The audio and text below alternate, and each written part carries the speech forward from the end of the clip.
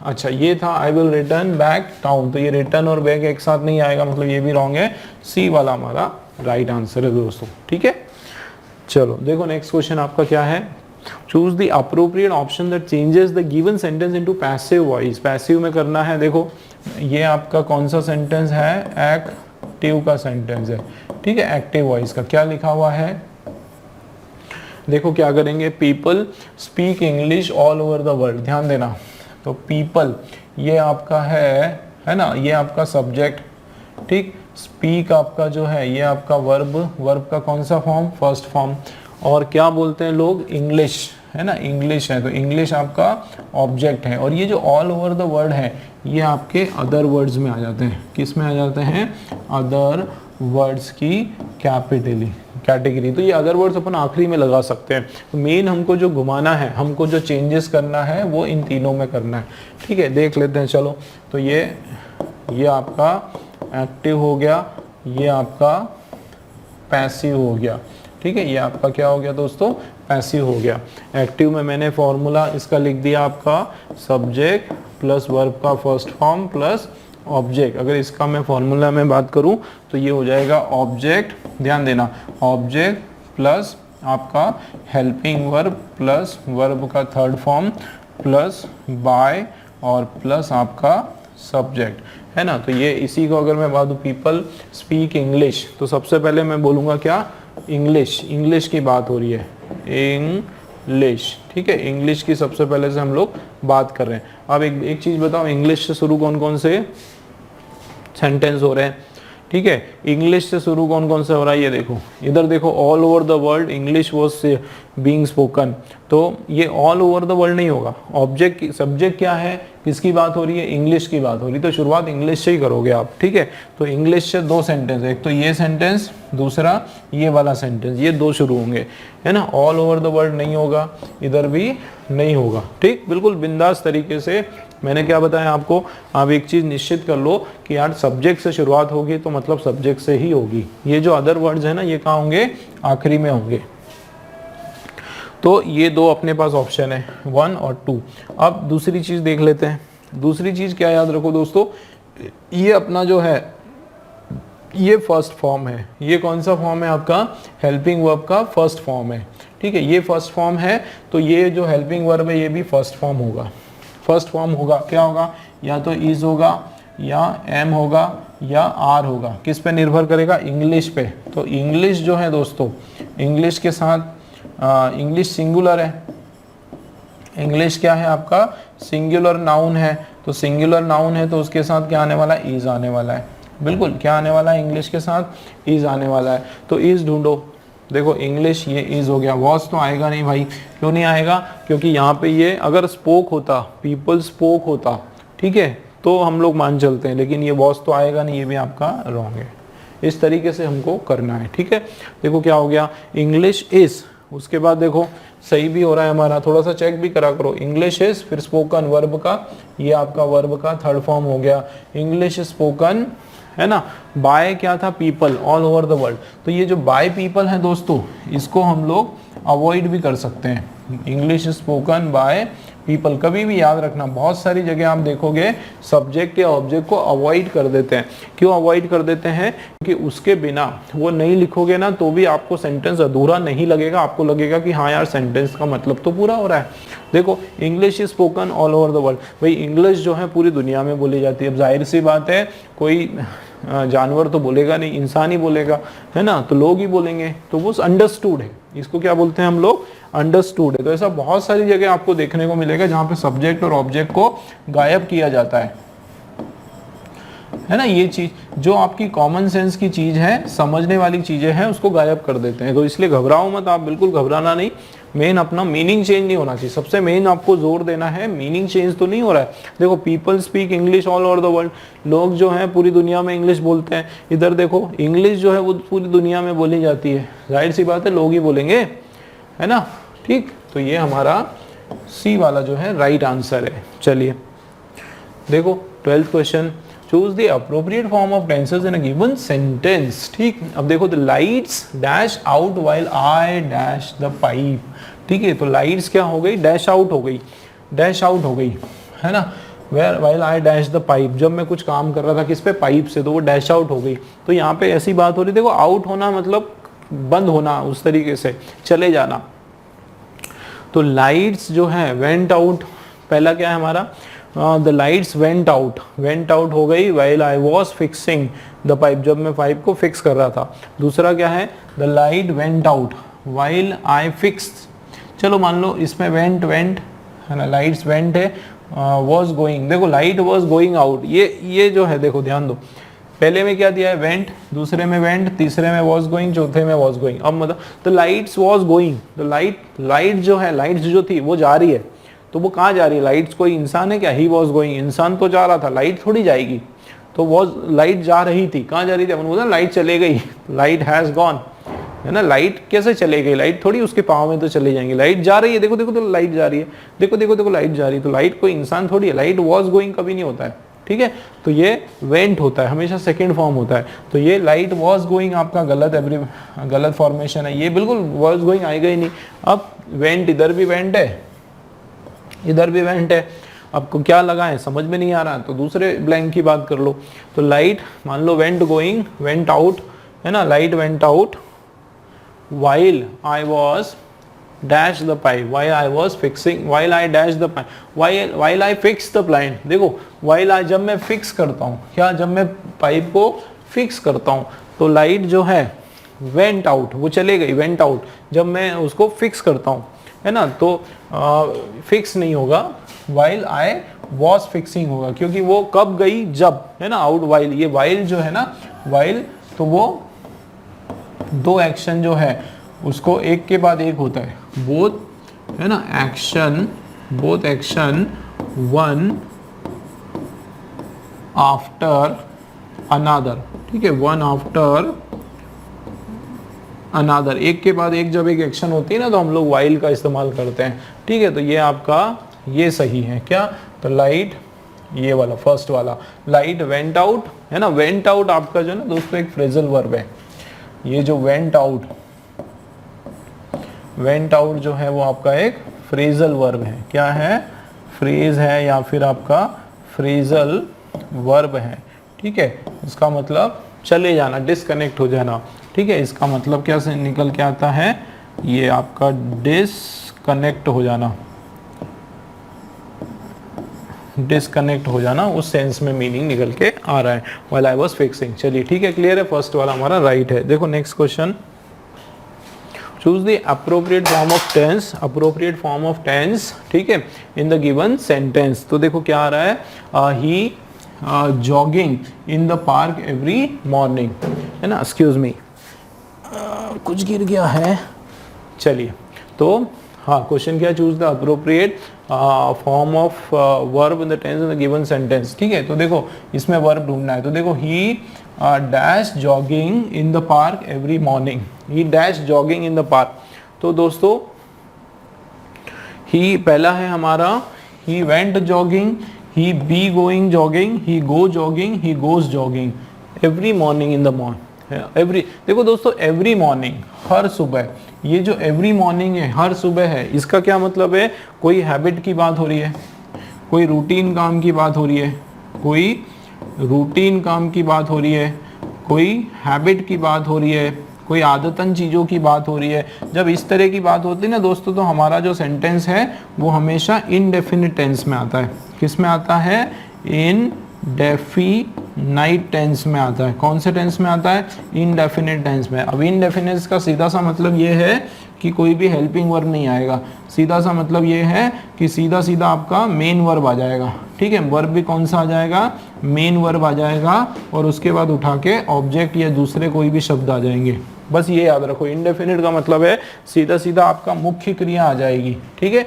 कौन सी क्रिया आ जाएगी, मुख्य क्रिया आ जाएगी सब्जेक्ट के बाद। तो देखो ही आपका क्या हो गया, सब्जेक्ट हो गया, ठीक। अब सब्जेक्ट ही कौन सा है, सिंगल है, सिंगुलर सब्जेक्ट है, एक वचन है। तो यहाँ पे जो क्रिया आएगी ना आपकी, जो मुख्य क्रिया मेन वर्ब, वो भी आपकी सिंगुलर आएगी। कैसी आने वाली है, सिंगुलर आने वाली है। तो देखो ही वेंट, ये पास्ट टेंस है, पास्ट टेंस नहीं होगा, प्रेजेंट टेंस होगा। क्यों, क्योंकि रूटीन वर्क है ना, तो ये प्रेजेंट इंडेफिनिट होगा। कौन सा होगा, प्रेजेंट टेंस में होगा। क्यों? कोई भी एवरी मॉर्निंग, हर सुबह जाता है ना, ये नहीं पता चला कल की सुबह, परसों की सुबह, या फिर आने वाले कल की सुबह या अभी की सुबह, भाई हर सुबह जाता है, रूटीन है, तो वो प्रेजेंट इंडेफिनिट होगा। कभी भी रूटीन की बात हो ना, every morning, every day, every night, every time, तो वो सबके सब आपके प्रेजेंट इंडेफिनिट में होंगे। तो वेंट नहीं होगा, ये तो आपका ये पास्ट का है, तो ये नहीं होगा। बी आपका ये हेल्पिंग वर्ब हो गया, ये नहीं होगा, ठीक है। गो जो है ये आपका प्लूरल फॉर्म है। दोस्तों वर्ड एज इट इज जो रहता है ना, वो आपका ये जैसे V1 फॉर्म है, ये आपका प्लूरल ही होता है। अगर इसको सिंगुलर करना है तो ये होना चाहिए V5, ठीक है। V5 भी आपका क्या होता है? सिंगुलर होता है, तो ये आपका राइट है, ठीक है। क्लियर है? देखो क्या हो जाएगा, ही गोज, क्या हो जाएगा हमारा राइट आंसर? ये गोज हो जाएगा, ही गोज जॉगिंग, ठीक है। टू लगाने की जरूरत नहीं, ही गोज टू जॉगिंग नहीं होता, ही गोज जॉगिंग भी बोल सकते हो, he goes jogging in the park every morning, ठीक है।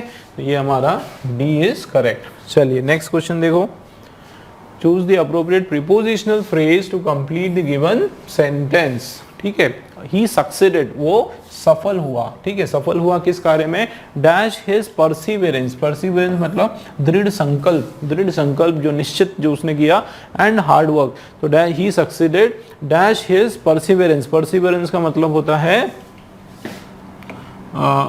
दृढ़, ठीक है, दृढ़ संकल्प,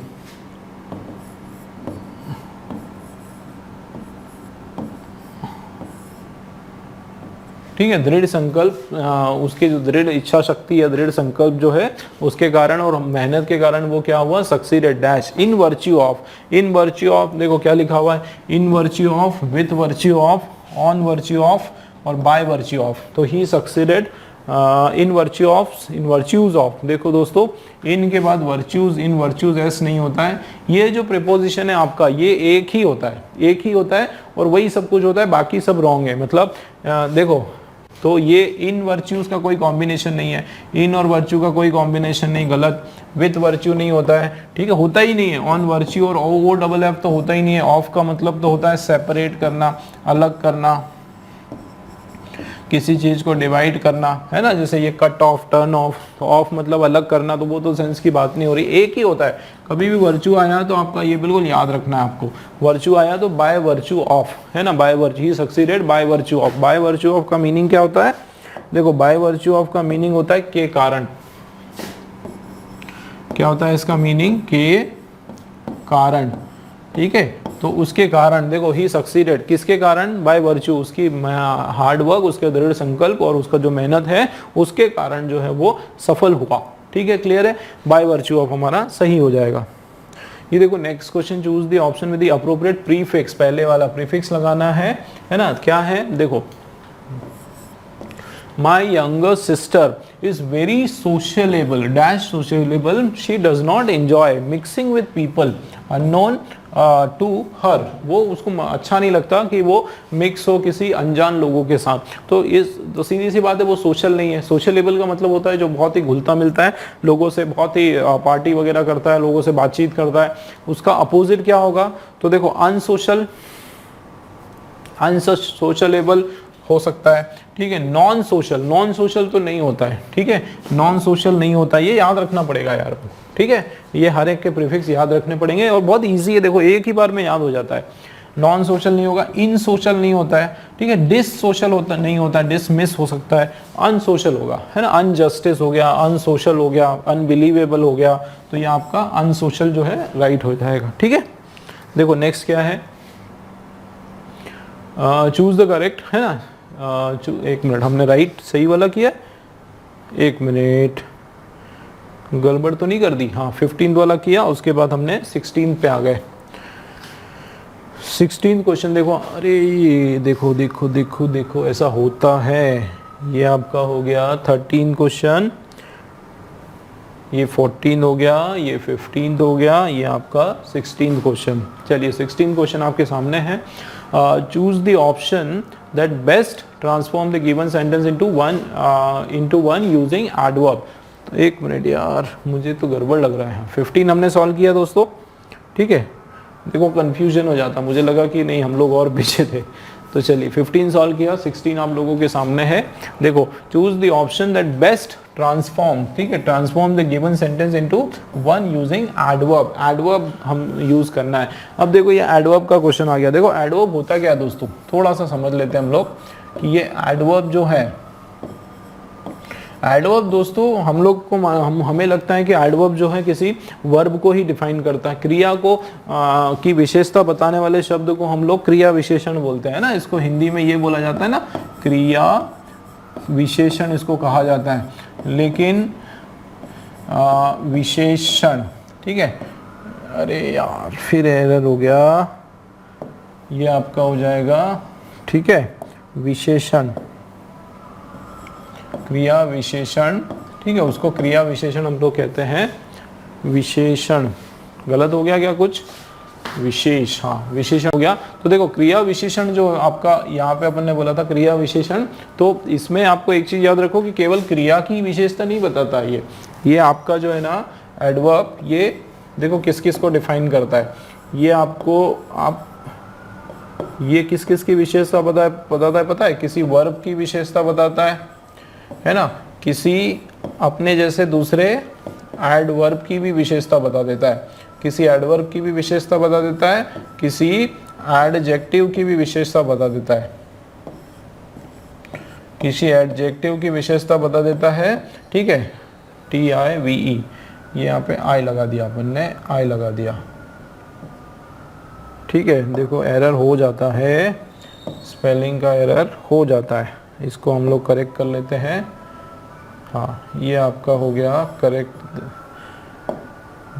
चलो देखो, तो ये एडजेक्टिव, किसी एडजेक्टिव की भी विशेषता बता देगा दोस्तों, किसी क्लॉज की, कोई जो शॉर्ट सेंटेंस है उसकी भी विशेषता बताता है, और यहाँ तक कि किसी पूरे के पूरे सेंटेंस की भी ये जो है एडवर्ब आपका विशेषता बताता है। तो ऐसा जरूरी नहीं है कि एडवर्ब जो है वो केवल वर्ब की ही विशेषता बताए, वो आपके किसकी विशेषता बता सकता है, आपके वर्ब की भी बता सकता है, आपके एडजेक्टिव की बता सकता है विशेषता, या फिर किसी पूरे सेंटेंस की बता सकता है, या फिर कोई छोटे से क्लॉज की, शॉर्ट सेंटेंस की बता सकता है, ठीक है, या एडवर्ब की भी बता सकता है।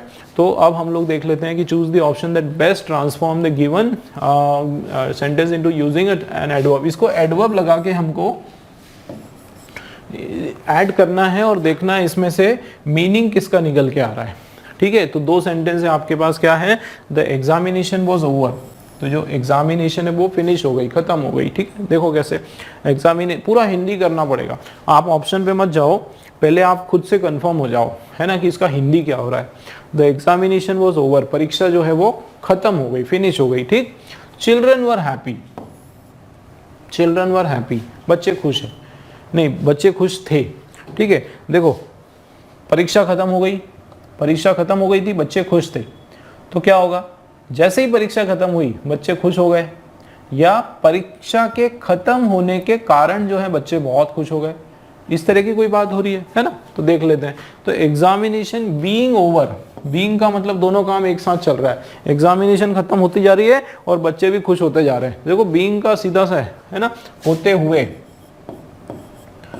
होते हुए, होते हुए, हुए, है ना, कि एग्जामिनेशन बीइंग ओवर, कि खत्म होते हुए बच्चे खुश हो रहे हैं। तो दोनों एक्शन एक साथ, दोनों एक्शन एक दूसरे के ऊपर ओवरलैप हो रही है, इधर परीक्षा खत्म भी हो रही है, इधर बच्चे खुश भी हो रहे हैं, तो ऐसा नहीं होगा, ठीक है, थोड़ा टाइम गैप होगा ना दोनों के बीच में। तो ये बीइंग का आपका रॉन्ग हो गया, तो ए वाला नहीं आएगा, बिल्कुल कट कर दो। As a children were happy, ध्यान दो, देखो इसको मीनिंग से ही अपन पकड़ पाओगे, हिंदी करोगे ना मीनिंग तो ही इसको पकड़ पाओगे, इसका और कोई दूसरा रास्ता नहीं है। मीनिंग थोड़ा सा समझ में आएगा तो ही ट्रिक भी लगेगी, ठीक है।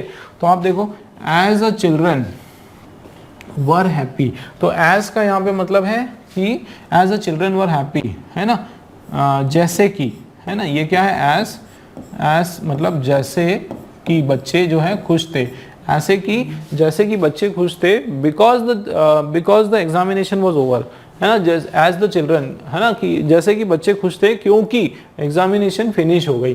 तो क्योंकि क्या सेंस आ रहा है यहाँ पे, क्योंकि।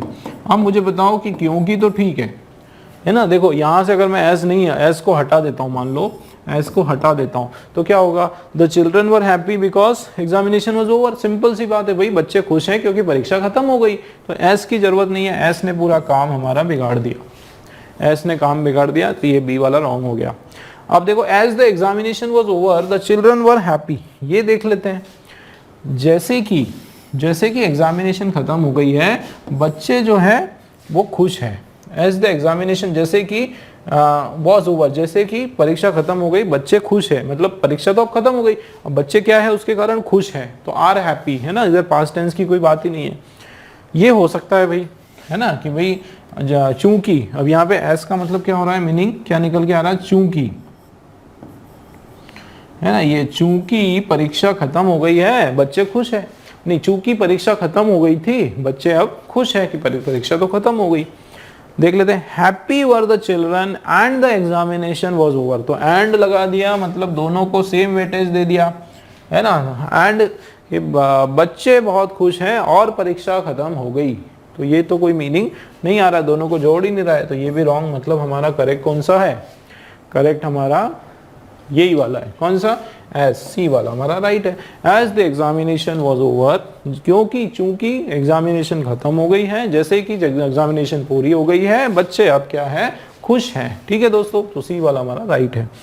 चलिए नेक्स्ट देखो, choose the correct form of the verb that is in agreement. Subject verb agreement का क्वेश्चन है, वापस से आ गया आपका, है ना, ये हो गया सब्जेक्ट, ये हो गया आपका वर्ब, और दोनों का बना दिया एग्रीमेंट। क्या बना दिया, दोनों के बीच में एग्रीमेंट बना दिया कि भैया आपका और मेरा एग्रीमेंट है, जैसा मैं चलूं, मैं कहूं वैसा ही करना पड़ेगा।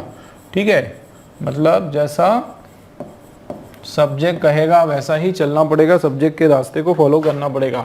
वो कहेगा कि अगर मैं सिंगुलर हूं तो वर्ब जी आप भी जो है सिंगुलर रहो, सिंगुलर वर्ब रहो, और अगर मैं प्लूरल सब्जेक्ट हूं तो जो है आप भी प्लूरल सब्जेक्ट, प्लूरल वर्ब भी रहो। कैसा रहो, प्लूरल वर्ब रहो। बस ये इतनी सी एग्रीमेंट है उसकी। ठीक है, अब देखो, अ गुड होटल, ध्यान देना किसकी बात हो रही है, एक अच्छी सी होटल की, तो होटल एक ही है, तो ये आपका सिंगुलर सब्जेक्ट है ना, डैश इज द, ये आपका सिंगुलर वर्ब होगा। क्यों, क्योंकि यहाँ पे होटल कैसी है, सिंगुलर है, एक वचन है, तो a good hotel dash is one, या जो भी है वन, दैट डैश जो की, है ना, जो की प्रोवाइड करती है। अब ये जो दैट है दोस्तों, ये आपका रिलेटिव प्रोनाउन है, ये भी याद रखो, ये दैट जो है आपका, ये क्या है, रिलेटिव प्रोनाउन है। ठीक है ना, दैट आपका क्या हो गया, आपका दैट जो है ये दोस्तों रिलेटिव प्रोनाउन हो गया। अब मुझे एक चीज याद रखो आप लोग, रिलेटिव प्रोनाउन होता है ना, तो उसके पहले अगर जैसे मान लो यहाँ पे कोई, इसके बाद क्या आएगा, वर्ब आएगा, और कैसा वर्ब आएगा इसके बाद, ठीक है, इसके बाद आपका वर्ब आएगा, और वर्ब किस पे डिपेंड करेगा, एंटीसीडेंट पे, इसके ऊपर, इसका जो इसके पीछे जो एंटीसीडेंट आया ना उसके ऊपर वर्ब डिपेंड करेगा। इसको हम लोग क्या बोलते हैं,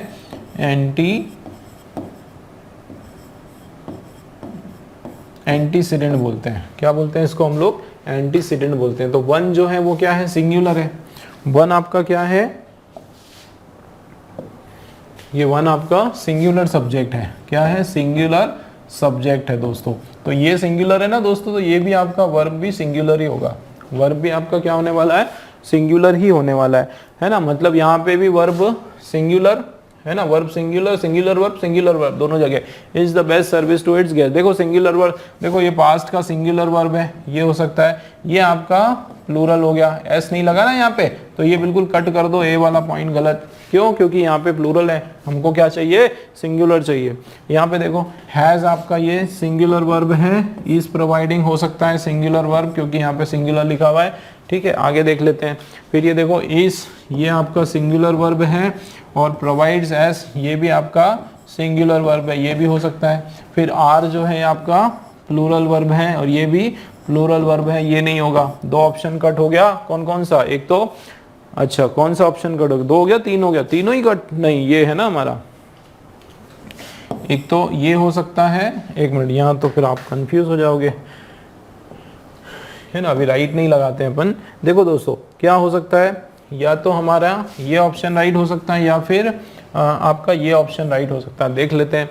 तो a good hotel dash one, देखो a good hotel is one, ध्यान देना, a good hotel is one that provides the best service to its client, है ना। और इधर क्या हो रहा है meaning, a good hotel has one, a good hotel के पास एक है, हैज वन का मतलब उसके पास एक है, उसके पास क्या है, एक वन, तो वन के बाद कुछ और होना था, जैसे अ good hotel has one room या हैज वन लोकेशन, कुछ ऐसी बात होनी थी, तो यहाँ पे हैज वन नहीं आएगा, हैज रॉन्ग हो गया, ठीक। मतलब सही आंसर हमारा क्या हो गया दोस्तों, ये वाला, ठीक। क्या आ रहा है देखो, a good hotel is one that provides the best service to its clients, ये इंडेफिनिट का आपका सेंटेंस है, ठीक है, क्लियर है। सी वाला हमारा राइट हो गया। 18 देखो आप, choose the correct form of the verb in the following option in the given sentence. देखो my car broke down, correct form of verb अपने को ढूंढना है, ठीक है। My car broke down so I dash continue my journey. अब ध्यान दो क्या हो रहा है, एक में ये बात हो रही है यहाँ पे, मेरी कार जो है वो ब्रोक डाउन हो गई, मतलब वो खराब हो गई, खराब हो गई मतलब आपका ये नेगेटिव सेंस की बात हो गई, ठीक है। लेकिन उसके बावजूद, उसके बाद भी देखो उसने क्या करा, अपनी जर्नी को लगातार जारी रखा, कंटिन्यू रखा, इसका मतलब यहाँ पे पॉजिटिविटी की बात हो रही है ना, यहाँ पे पॉजिटिव सेंस की। तो दोस्तों मैंने क्या बताया था, पॉजिटिव सेंस में एक मिनट, ये टूटा है, अच्छा, तो I dash my continue, I continue, अभी समझ में नहीं आएगा हमको कि ये पॉजिटिव में है कि नहीं है, चलो तो ये पॉजिटिव नेगेटिव में आपका थोड़ा सा क्लियर नहीं होगा, आपको दूसरा तरीका देख लेते हैं। देखो यहाँ पे क्या लिखा है, माई कार ब्रोक डाउन, मेरी कार टूट गई, ठीक है, बुरो मतलब खराब हो गई, ब्रोक डाउन का मतलब टूटना नहीं, खराब हो जाना। सो आई डैश, इसलिए, अच्छा यहाँ इसका खेल है पूरा, सो का मतलब होता है कारण, ठीक है, क्या है, कारण या इस कारण से, या आप बोल सकते हो इसलिए क्या हुआ, ठीक है। सो का मतलब इसलिए, भाई मेरी कार खराब हो गई इसलिए जो है कंटिन्यू तो जर्नी में जर्नी नहीं कर पाया, मजबूरी है। तो देखो पुरानी कोई घटना है, ये ब्रोक डाउन वर्ब का सेकंड फॉर्म है, कभी भी पुरानी कोई घटना बताते हो तो वुड नॉट नहीं आता है, वुड नॉट जो है वो फ्यूचर के लिए यूज करते हैं, ठीक है। फ्यूचर की कोई घटना, फ्यूचर की कोई पॉसिबिलिटी,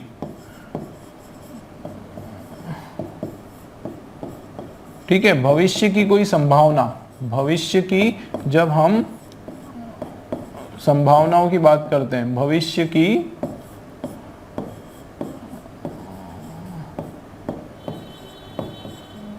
भविष्य की किसी संभावना की बात करती तो हम लोग वुड लगाते हैं, और पास्ट की कोई संभावना, ठीक है, पास्ट की कोई पॉसिबिलिटी की हम लोग बात करते हैं,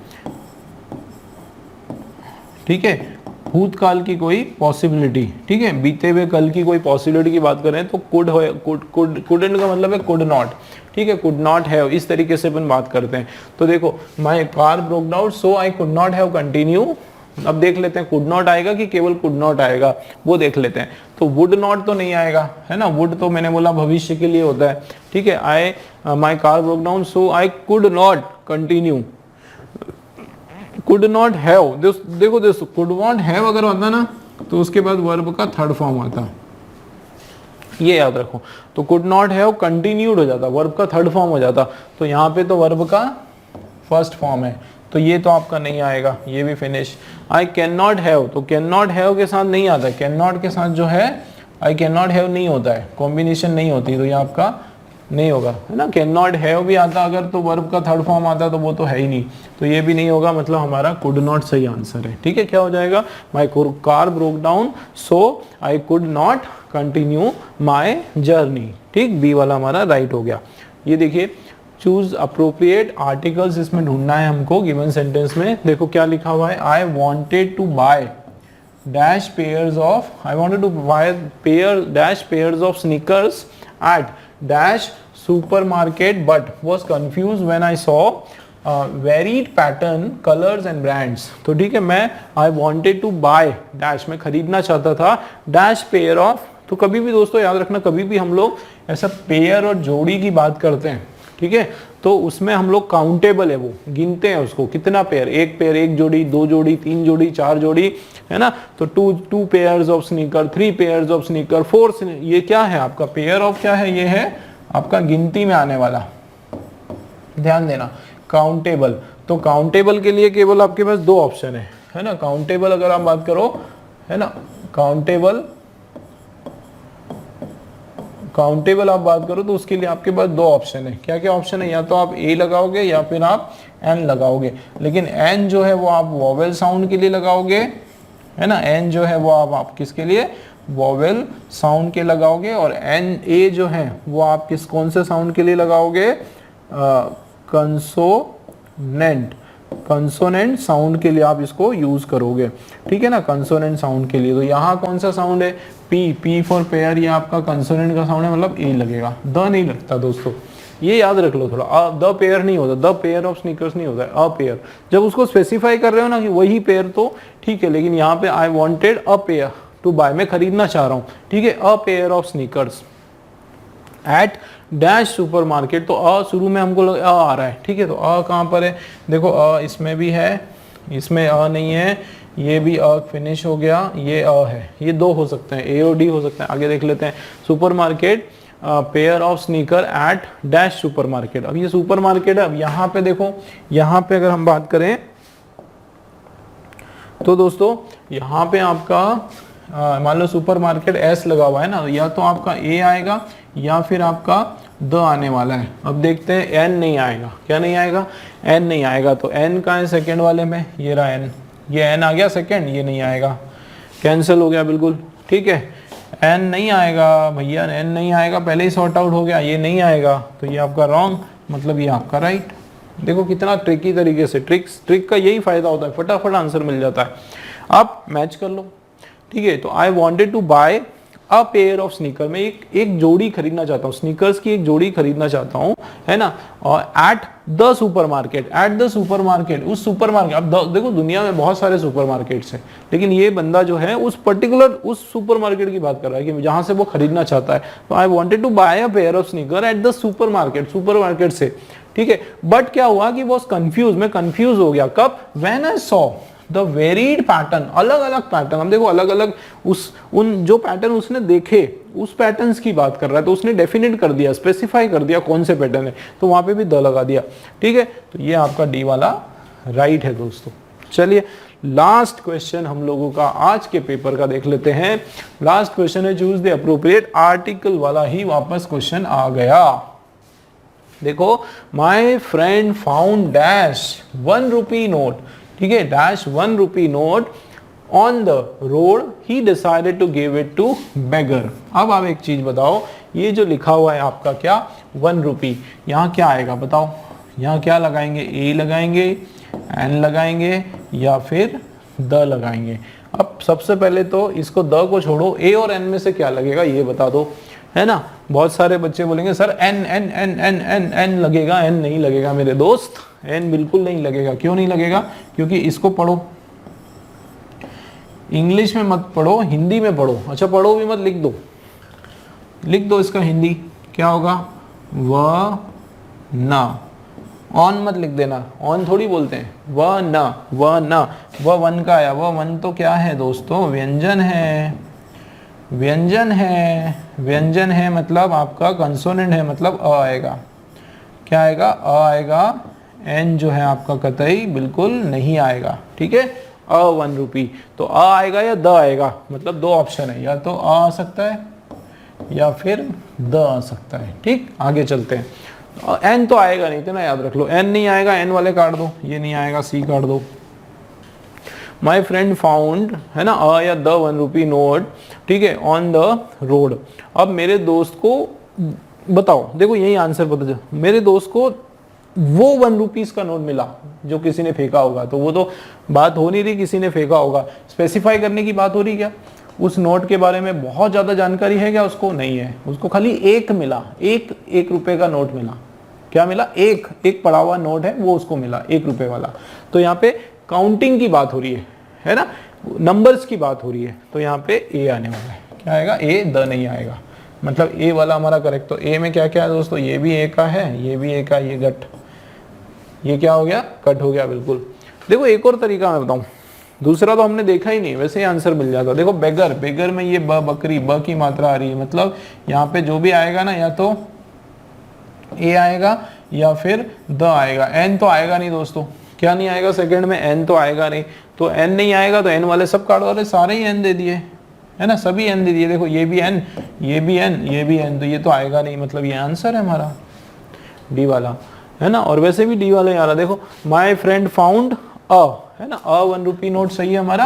और उसके बाद नॉट ऑन अ रोड, अच्छा note on a road he decided to give it to a beggar, किसी एक बेगर को उसने देने का फैसला किया, ठीक है ना। तो ये हमारा डी वाला जो है दोस्तों राइट है। तो ये हमने फिनिश किए 20 क्वेश्चन। अब हम लोग मिल रहे हैं अगले क्वेश्चन पेपर के लिए जेल प्रेरे की बिल्कुल बढ़िया तरीके से तैयारी हम लोग जारी रखने वाले हैं।